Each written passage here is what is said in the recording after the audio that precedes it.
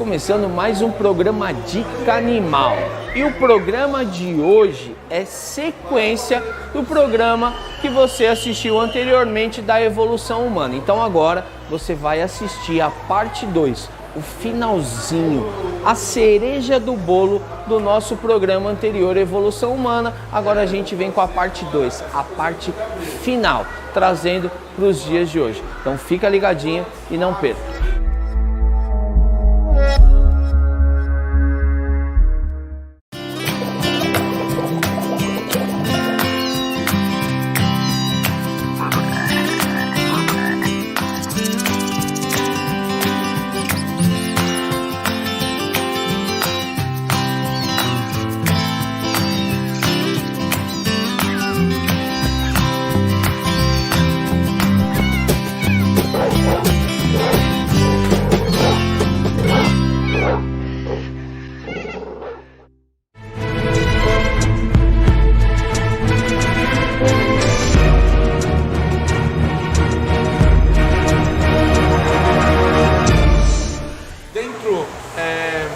Dessa evolução, a gente tem um orifício, né, que chama foramen magnum, que é o que conecta o cérebro, né, o crânio, com a medula, com a nossa coluna.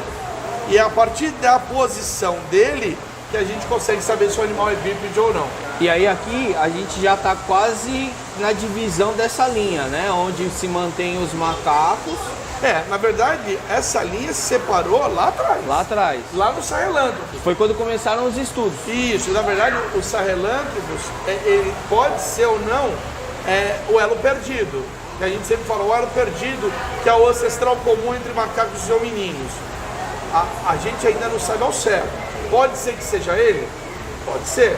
Mas ele é o menino mais antigo até hoje descrito. Se vão descobrir outros, ainda tem muitas pesquisas sendo realizadas em vários lugares do mundo.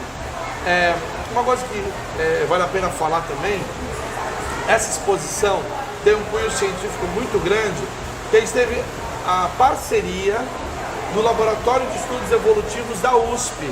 E o professor Walter Neves, que é o maior cientista dentro da área evolutiva humana do Brasil e um dos maiores da América do Sul do mundo, é nosso parceiro também nessa exposição. Então a gente tem que agradecer também à Universidade de São Paulo. E é uma coisa, pegando essa brecha, uma coisa importante para a gente falar, que era o que você estava falando, que é assim, até para entender, já que a gente está falando de exposição, museu, que inclusive eu acabei de saber agora para você, que é o quê? Em sua grande parte, né? Vamos colocar que 80%, 90% são réplicas, porque os fósseis achados, vamos supor, achado algum aqui no Brasil, ele é do Brasil, então reconstrui alguma coisa parecida para distribuir a história mundo afora, mas o original fica aqui. E assim então por isso que em todos os museus que você for visitar, você sempre encontra o original réplicas do país, perfeito. Alguns lugares até, dependendo da questão, você pode até achar um outro crânio de espécies originais. Mas a grande maioria, o Sahelanthropus chadensis, o Australopithecus, as espécies, elas estão depositadas em coleções científicas ou dos museus que participaram da pesquisa, e aí detém a chancela, mas a grande maioria nos países de origem onde foi estudado. E aí se reproduz uma réplica fidedigna, científica, exatamente igual ao original, e aí se distribui para os maiores museus e coleções de universidades do mundo. E aí foi por isso que eu tive a parceria de conseguir, com a USP, esse acervo de crânios. Por isso que eu falo, é muito raro. No Brasil, existem pouquíssimos lugares onde você tem exposição de crânios falando sobre a evolução humana.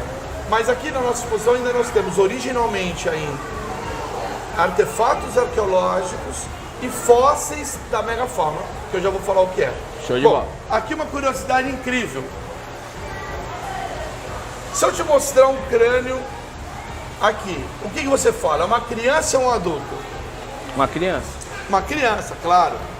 Agora eu vou te contar realmente muito legal. Você gosta de trabalhar com curiosidades, eu também gosto, então... Você já viu o filme Senhor dos Anéis? Sim. E tem o desmembramento Hobbit. Hobbit eram os pequenininhos, né? Não eram os anões. Não, era aqueles Eram os pequenininhos que eram Frodo, Isso. ok. Esse homininho, ele chama Homo floresiensis, quer dizer, homem da Ilha de Flores.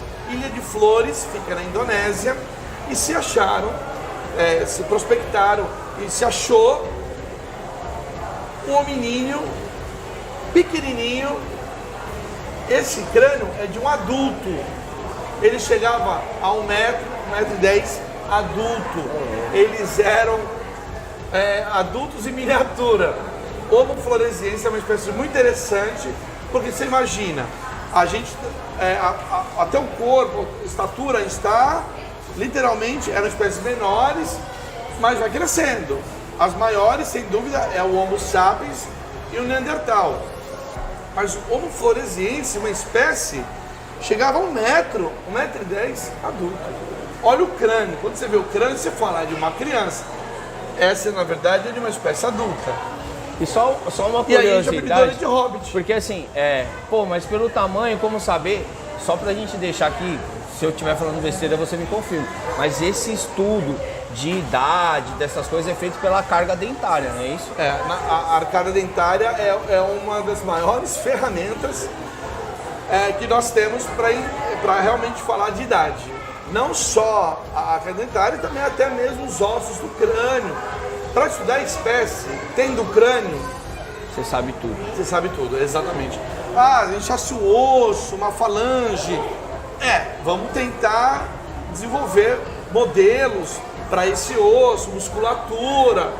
Mas quando você acha um crânio, seja qual espécie for, de animais, Sim. de fósseis, quando a gente, Carga dentária. é perfeito. E o crânio é tudo. É tudo. Até porque a arcada dentária pertence ao crânio, né? Então isso aqui é uma curiosidade. O Hobbit existiu de verdade na Ilha de Flores, na Indonésia. Bom, aí rapidinho nós temos duas espécies, que é uma espécie chamada Heidelbergense, que é uma espécie que deriva direto da nossa espécie. É uma espécie que vai, literalmente, dessa espécie vai surgir o Neandertal e vai surgir o Sapiens, que é a nossa espécie. Certo. E esse aqui foi encontrado na África, mas é como se fosse uma subespécie dessa aqui. Hoje, para muitos, é a mesma espécie. É a mesma espécie. Então, o que é legal? Você já vê que a caixa craniana é maior, o volume do cérebro é maior. Aqui já começa uma reconstrução de, vamos colocar quase um queixo. Você porque começa a ter diminuiu, uma face mais próxima do que a gente tem hoje. Mas ainda, eles tinham essa estrutura aqui muito avantajada, que nós não temos mais. É verdade. Tá? Vamos agora, aqui, nós temos aqui a espécie de Homo neandertal, tem esse nome porque ele foi achado no Vale de Neander, na Alemanha. É uma espécie que chegou a ter o volume craniano até superior ao do Homo sapiens, ele era tão inteligente quanto. O que se acredita-se que o Sapiens, ele tinha um processo de cognição pouco maior, ou seja, o Neandertal, ele tinha roupa, ele fazia ferramentas bem desenvolvidas. Ele era uma espécie de sucesso. Popularmente seria o homem das cavernas, que a cultura se traz como a evolução mais recente. O homem das cavernas, já escutei, já falaram, o Homo erectus. Mas o erectus ainda ele era muito nômade. Os das cavernas, ele fica um pouco mais... ele só vai sair da sua caverna na hora que ele consumir completamente os seus recursos. Ele geralmente quer se estabelecer numa área próxima a algum corpo d'água, literalmente sem água ninguém vive, e consequentemente ele vai buscar caçar, se alimentar de raízes, frutas, caçar. E o Neandertal fazia isso muito bem, o homem das cavernas, então poderíamos dizer isso. E a caverna, por que caverna? Porque é o abrigo natural que nós temos, é a casa dele. Você quer ter a tua caverna, eu tenho a minha caverna, você já tem a sua? Tenho a minha. Então, não é a melhor coisa? Porque você sabe que naquele momento, ainda alguns animais podiam tirar ele da caverna dele, ou até algumas outras tribos, alguns mas que ali grupos. ele também já tinha um recurso, então já não andava mais tão exposto, já tinha Isso mesmo. a roupa, a ferramenta. E a proteção da caverna. A gente quer ter a nossa caverna porque a gente sabe que se a gente tem a nossa casa, ninguém vai nos tirar. E tem a velhice, né? A gente sabe que vai envelhecer no local, tá tranquilo. Apesar que nem todos chegavam à vida mais... na verdade, a idade deles... Isso que eu ia te perguntar. Então, a velhice acontecia, mas com certeza não era uma coisa tão comum.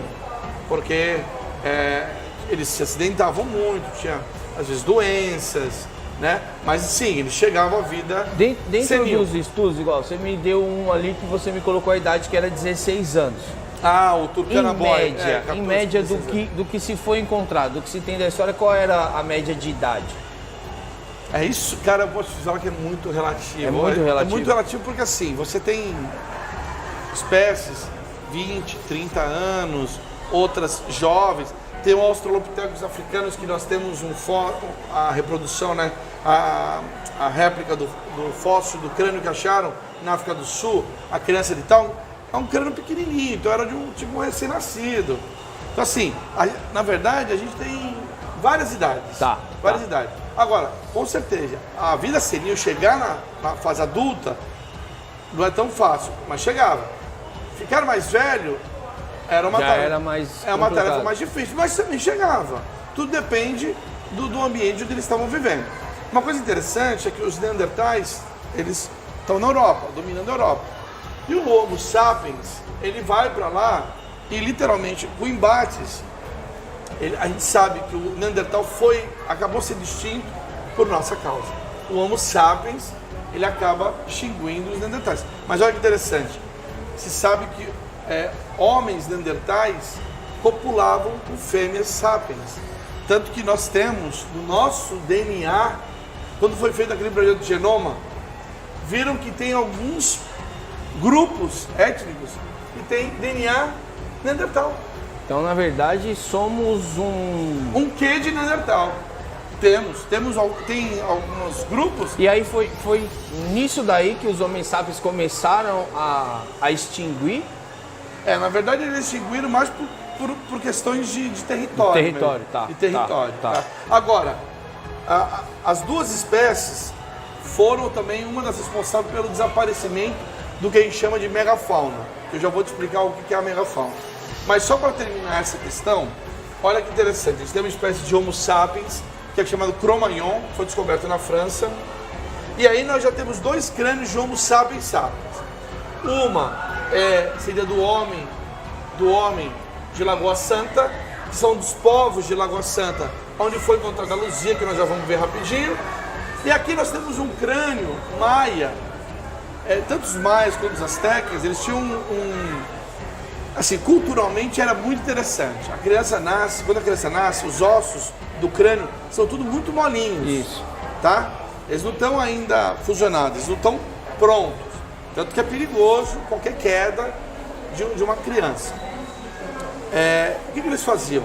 Eles amarravam, literalmente, o crânio, eles esticavam o crânio e amarrando para que o crânio tornasse alongado.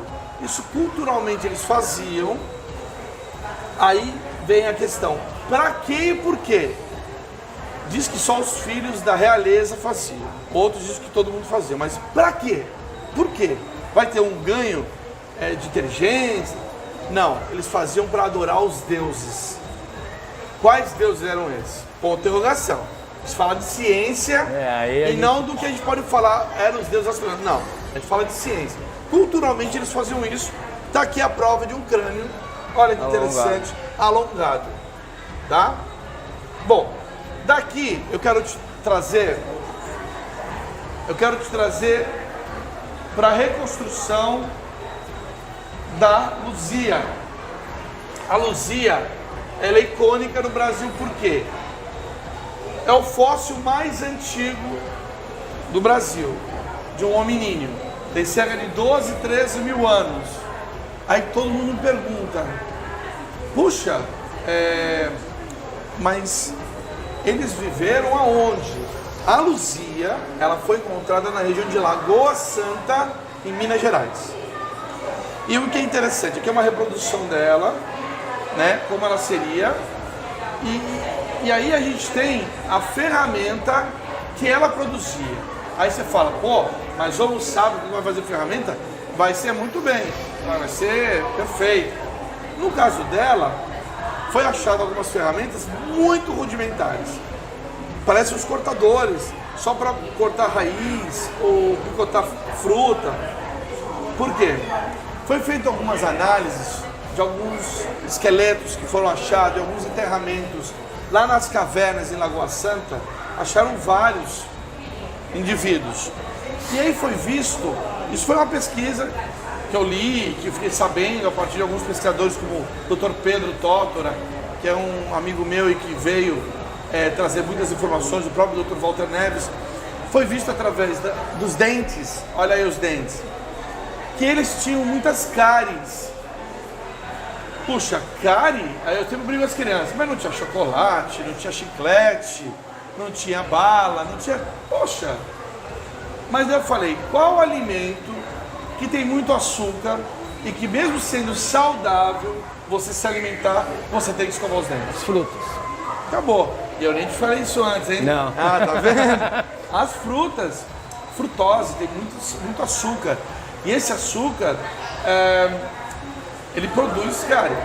E aí foi visto que elas eram, esse grupo, né, de hominíneos, de homens, eles se alimentavam mais de frutas e raízes até do que carne. Por causa dessa questão de carne. Então, ou seja, tem muita coisa ainda para se descobrir. Que teoricamente chega a ser engraçado, porque no fim da história a gente volta meio que no começo. Ah, sim. Não, ué, hoje nós temos vegetarianos. Verdade. Nós temos hoje, na verdade, você sabe qual que é a alimentação dos hominíneos e a nossa? Qual que é? Eu acredito que seja caça. A nossa, ó, mas você é carnívoro, herbívoro, o que você é? Nós sempre fomos onívoros. Tudo. É raiz, é planta, é fruta, é carne de peixe, é tudo. Verdade. A gente, porque é autopreservação da espécie, meu amigo. A gente tem que se preservar. A gente tem que, como se preserva? Se protegendo e se alimentando. E a evolução já disse, se você é bem sucedido, o que acontece? Você se reproduz. A teoria da evolução de Darwin é perfeita. Adaptação, quanto mais adaptado ao meio, melhor. É o que vence mais. Mas quanto mais você coloca a sua carga genética à frente, você se reproduz, é o que você tá, é o teu ganho. Então, sem dúvida, a gente quando fala de evolução aqui, a gente fica feliz, porque daí eles começam a estimular as pessoas, elas começam a entender. E aqui é só a gente só dá um início para que ela chegue em casa e vai ler, vai estudar mais, porque é um assunto que está muitas informações para descobrir. E pouco se fala, né? Porque Sim. tem muita gente que acha que o homem descobriu. Não, a gente tem muita coisa a aprender. É um assunto que não se aborda muito, tanto na escola quanto nas universidades. E falar realmente de evolução humana é importante, sim, porque é a nossa origem, né? A origem da humanidade é a história de todos nós, Exato, literalmente. exato. Bom, aqui, só para ter uma ideia, depois vale a pena vocês darem uma focalizada aqui, porque é muito legal.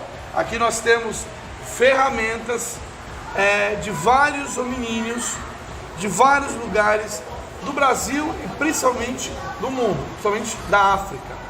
E nós temos algumas bem raras, como essa aqui da Argélia, essa do Quênia.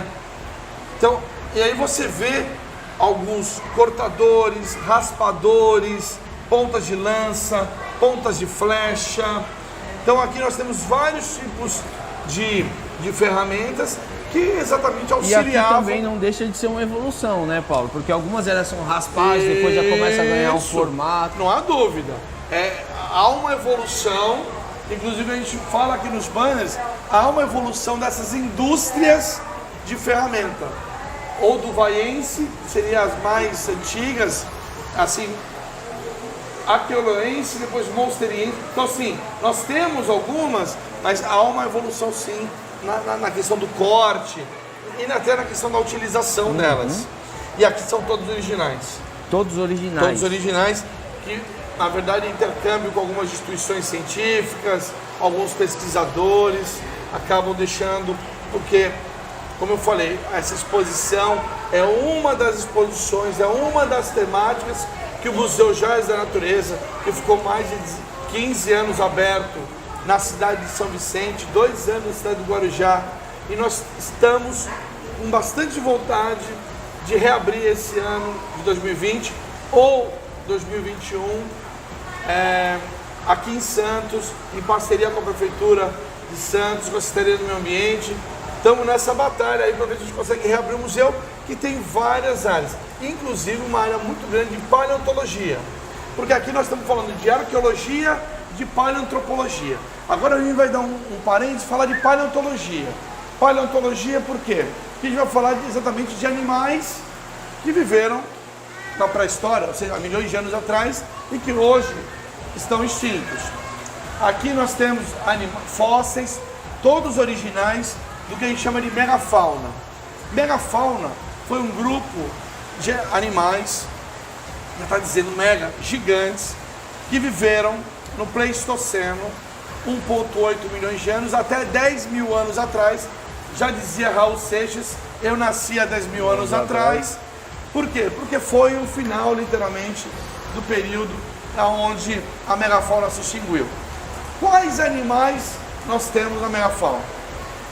Mamutes, mastodontes, que lembram os elefantes, bisões, que lembram um búfalo, um boi grande, tigre dente de sabre. Agora eu vou fazer uma pergunta para você que eu não fiz antes.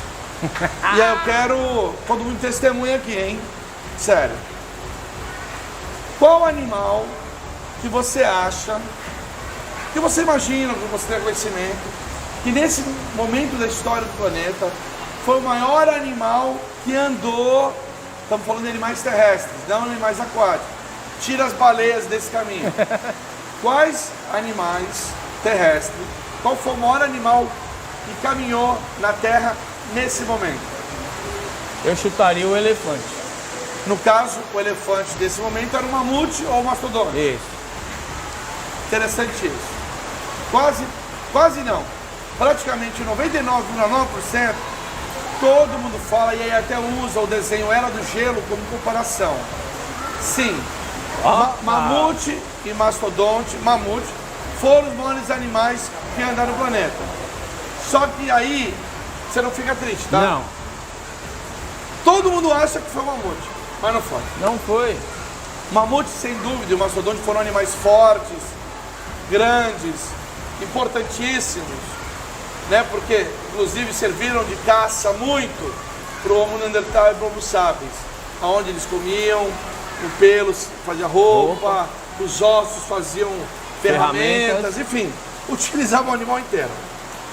Mas, e o mamute é um animal muito interessante, a todo momento se descobre eles congelados na Sibéria inteiro. Há uns anos atrás descobriram um filhote inteirinho preservado, inteirinho, até com a última refeição preservada no trato digestivo, na Sibéria. Inclusive, esses molares, né, são da Sibéria, esse osso, bisão, essa verga de rinoceronte, são todos da região lá da Sibéria. Mas aí eu vou te mostrar apenas um dedo do maior animal que já teve. Não foi mamute. Aí o pessoal fala, dinossauro. Não. Infelizmente, os dinossauros, no final do Cretáceo, teve um asteroide que se impactou na península de Yucatán e produziu uma das maiores crateras de impacto do mundo, chamado Cratera de Chicxulub, com 180 quilômetros. E nesse momento, vários grupos de animais foram extintos, incluindo os dinossauros não avianos. Por quê? Até hoje existe dinossauro. Sabe quais animais são dinossauros? Não são nem crocodilos e nem lagartos. São as aves. Mas ave é parente. Não, ave é dinossauro, tá? Então, então o maior animal foi uma ave gigante? Não, elas já tinham sido extintas. Tivemos aves do terror gigantes, mas não foi. O maior animal da megafauna foram as preguiças gigantes. Chegavam a quase 6 metros. Ô, louco. Olha o dedo de uma preguiça só. O dedo, os ossos do dedo e É a quase garra meu braço. dela. Só para Um você dedo ter é uma quase ideia. meu braço. Elas chegavam a 6 metros, eram animais super pacíficos, tranquilos. Até hoje são. Só que a diferença é que eles não tinham o hábito ainda arborícola, até porque não tinha como um animal daquele grande Subir numa árvore. Mas eles puxavam galhos, é muito interessante. E o mais interessante ainda é que ninguém sabe disso. E no próprio desenho Era do Gelo se mostra o Manny, mamute grande, Exato. o Diego, tigre dente de sabre grande, né? Que ele era bem grande, maior do que um leão. E mostra a preguiça, o Cid, pequenininho e magrinho.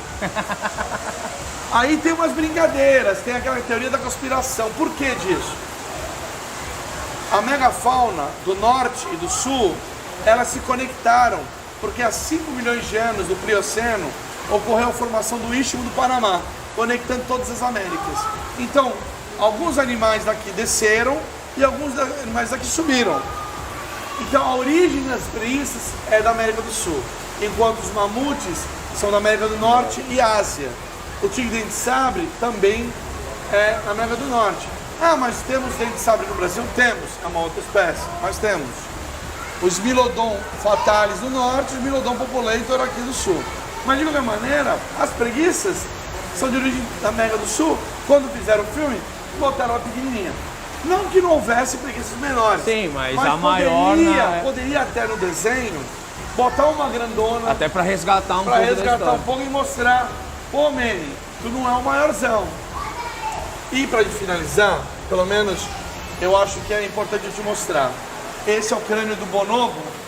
Olha só o que eu falo que é o forame magno. É a partir dessa estrutura posicionada no crânio que eu consigo saber se o animal é bípede ou quadrúpede. Se ele tivesse aqui central, ele é bípede. Aqui ele está mais deslocado, ele é quadrúpede. Ele tem aquela... Tá? É isso aqui, pessoal. Se analisa para saber se é bípede ou não. E aqui, olha os caninos dele ainda. Maiores. E essa é a minha espécie que realmente é a mais próxima da nossa espécie humana. Até abrindo esse detalhe, lá no começo, quando a gente começou a bater um papo, você falou que existia uma espécie que era 98% semelhante a nossa. Essa em todos os aspectos. Essa. Nós temos uma fita dupla de 23 cromossomos, totalizando 46. Eles têm 48. É 98% igual a gente, batendo olhando. Ó, cachorro e lobo, gato e leão. Eles não são tão parecidos quanto a gente, chimpanzé, bonobo. Porque tem uma outra espécie, que é o Pan troglodytes, que é o chimpanzé que a gente mais conhece. Sim. E aí tem essa outra espécie que é o Pan paniscus, que é o que a gente conhece como bonobo. Mas os dois são chimpanzés, eles só diferenciam... Fisicamente a mesma coisa. É, parecidos, o que diferencia mais é o comportamento. O bonobo, ele é um comportamento paz e amor. Quem conhece sabe, ele se relaciona mais de uma maneira tranquila. Já o outro... Já tem um instinto mais...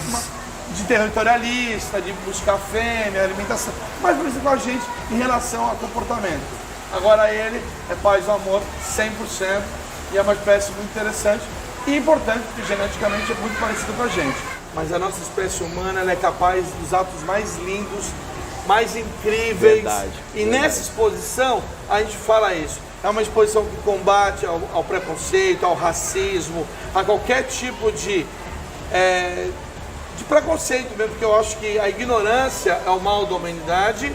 E eu acho que o conhecimento e a difusão científica que nós fazemos aqui, nessa exposição, ou de uma maneira geral, nos espaços de divulgação científica, que são os museus, né, que é um lugar tão importante, eu acho que ainda a gente consegue chegar lá. Só melhorar mesmo o nosso nível de consciência. É isso. E eu acredito que programas como o seu, tá de parabéns, para trazer para o público e para trazer para todos essas curiosidades agora sobre a evolução humana e depois, quem sabe, sobre paleonto, sobre meteorítico, porque realmente falar da natureza é falar do todo, é maravilhoso. E é isso. Então, assim, o nome do programa é Dica Animal. Pelo que você aprendeu aqui, por toda essa evolução, nós também fomos e continuamos sendo um animal. Sem então, dúvida. não pense que quando você viu lá na introdução a evolução humana, pô, mas o programa é de animal, então fechamos aqui para você entender o porquê de buscar esse conteúdo, o porquê de resgatar essa história. Então, fica ligadinho aí, continua acompanhando o nosso programa, porque você vê que a diversidade de assuntos e de temas, ela vai muito além do que só o seu cãozinho, só o seu peixinho. Então é isso aí. Mais um programa Animal se encerra por aqui. Paulo, muito obrigado por enriquecer um pouco do meu conhecimento e poder compartilhar isso daí. Mau prazer. Obrigado. Estou à sua disposição para qualquer outras histórias que você queira mais uma vez, parabéns. E eu convido depois a você a desenvolver outros programas com a gente do Museu Joias da Natureza. Tem bastante assunto pra gente conversar. Vai ser um prazer. Obrigado, querido. Obrigado. E é isso, gente. Valeu, até pessoal. o próximo programa e fiquem ligadinhos aí.